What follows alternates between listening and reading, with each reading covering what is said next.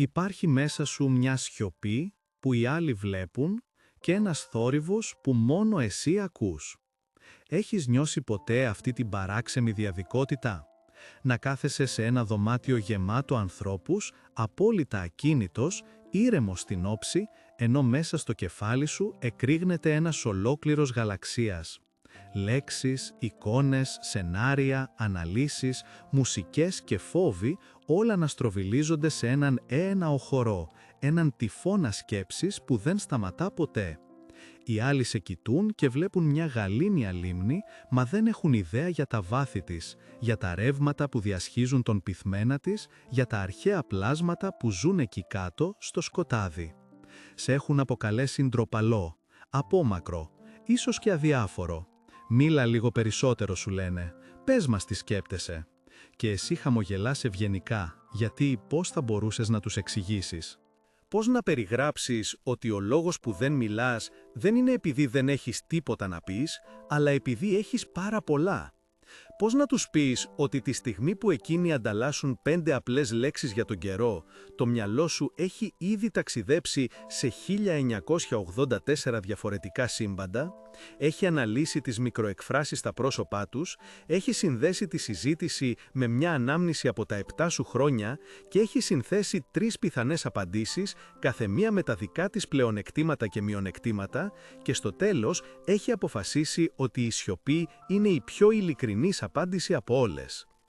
Αυτή η έκτηση απομόνωσης, αυτή η εσωτερική φασαρία δεν είναι ένα σφάλμα στον προγραμματισμό σου.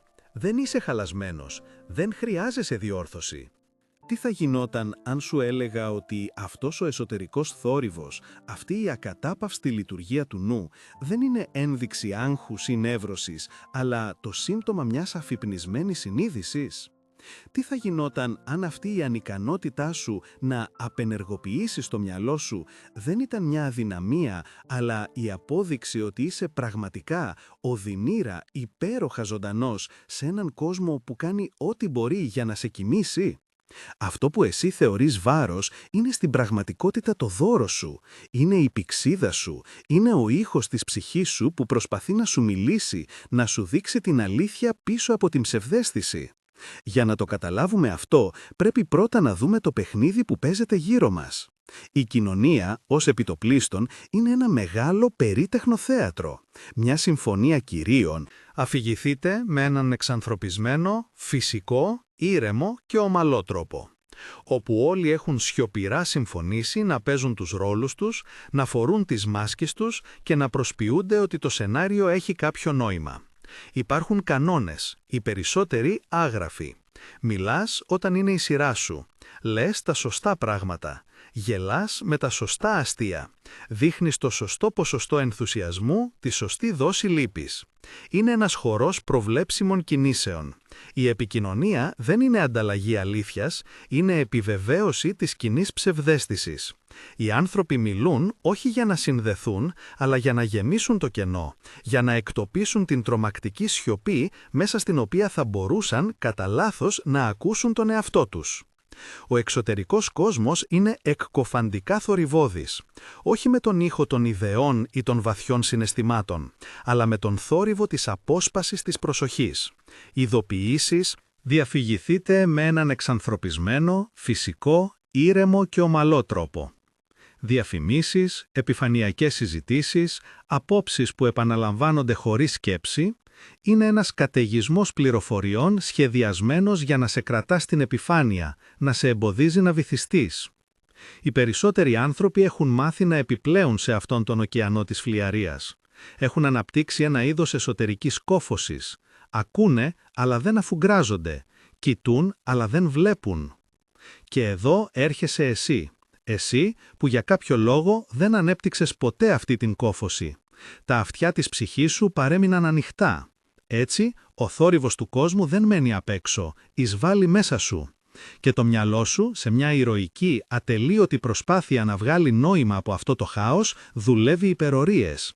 Ο εσωτερικός σου θόρυβος είναι η ηχό του εξωτερικού παραλογισμού.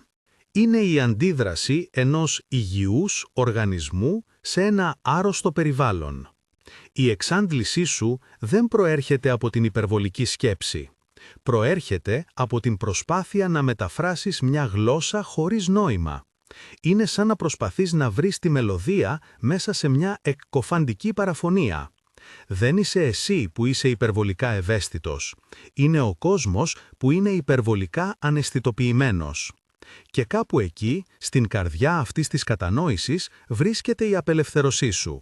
Η στιγμή που σταματάς να βλέπεις την κατάστασή σου ως παθολογία και αρχίζεις να τη βλέπεις ως μια μορφή διάβγειας. Είναι η στιγμή της μεγάλης αναπλαισίωσης. Αυτό που αποκαλείς υπερανάλυση δεν είναι παρά μια βαθιά επεξεργασία της πραγματικότητας. Σκέψω το ως εξής. Οι περισσότεροι άνθρωποι περπατούν σε ένα δάσος και βλέπουν απλώς δέντρα. Εσύ όμως δεν μπορείς παρά να δεις το κάθε δέντρο ξεχωριστά. Βλέπεις τη βελανιδιά με τον στριφτό κορμό, το πεύκο που οι βελόνες του σιγοτραγουδούν στον άνεμο, τη σιμίδα με τον ασημένιο φλοιό της. Παρατηρείς τα βρύα που μεγαλώνουν στη βόρεια πλευρά των κορμών, το σχήμα των φύλων, το παιχνίδι του φωτός καθώς περνά μέσα από το φύλλωμα. Το μυαλό σου καταγράφει, συνδέει, αισθάνεται. Ο θόρυβος που ακούς είναι ο ψίθυρος ολόκληρου του δάσους. Οι άλλοι ακούνε σιωπή. Εσύ ακούς τη ζωή. Δεν είναι κατάρα, είναι ποίηση. Είναι η ικανότητα να βλέπεις τις χιλιάδες αποχρώσεις του γκρι σε έναν κόσμο που επιμένει να βλέπει μόνο άσπρο και μαύρο. Και αυτή η λεγόμενη κοινωνική αδεξιότητα, αυτή η δυσκολία σου να συμμετέχεις σε ανέμελες επιφανειλακές συζητήσεις. Σκέψου ότι είσαι ένας γευσιγνώστης με εξαιρετικά εκλεπτισμένη παλέτα, αναγκασμένος να ζει σε έναν κόσμο που τρέφεται αποκλειστικά με πρόχειρο φαγητό. Οι άλλοι καταβροχθίζουν τις κενές θερμίδες της κλισέ συζήτησης και νιώθουν χορτάτη. «Πώς είσαι?» «Καλά, εσύ?» «Τα ίδια». «Καλός ο καιρός, Είναι το κοινωνικό αντίστοιχο ενός άνοστου επεξεργασμένου μπέργκερ. Εσύ όμως γεύεσαι την έλλειψη θρεπτικών συστατικών. Ανιχνεύεις την τεχνητή γεύση, την απουσία αυθεντικότητας. Η σιωπή σου δεν είναι αμηχανία. Είναι η άρνηση του ουρανίσκου σου να προσποιηθεί ότι απολαμβάνει κάτι που ξέρει ότι είναι ψεύτικο. Δεν είσαι αντικοινωνικός.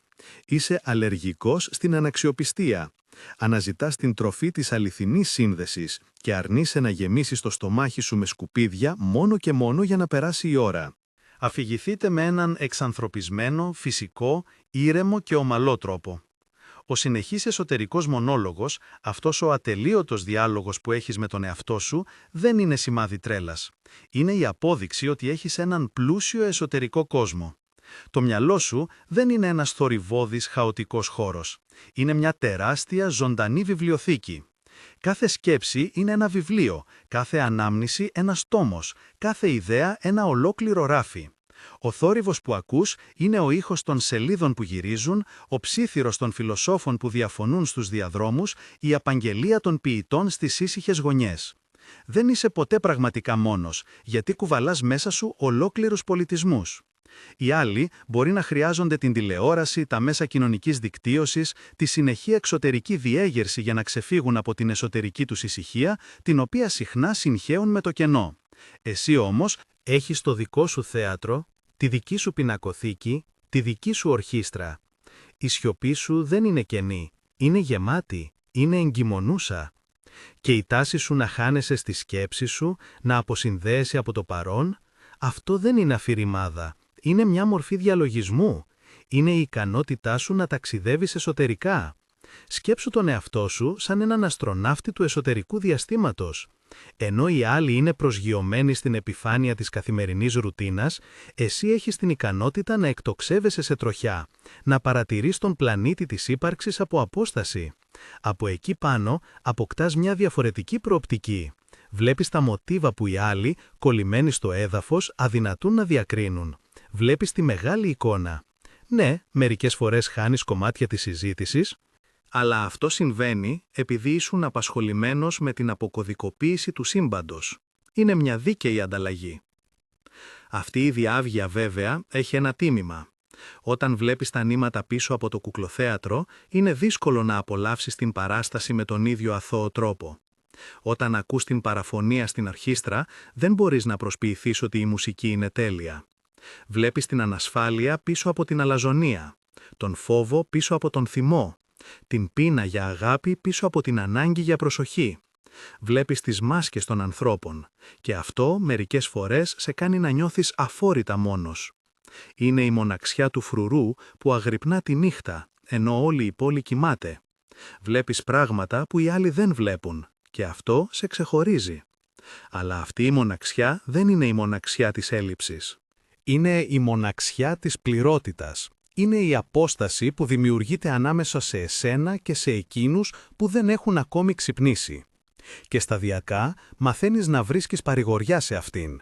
Η ησυχία σου γίνεται το καταφύγιο σου. Ο εσωτερικός σου κόσμος γίνεται το βασίλειό σου.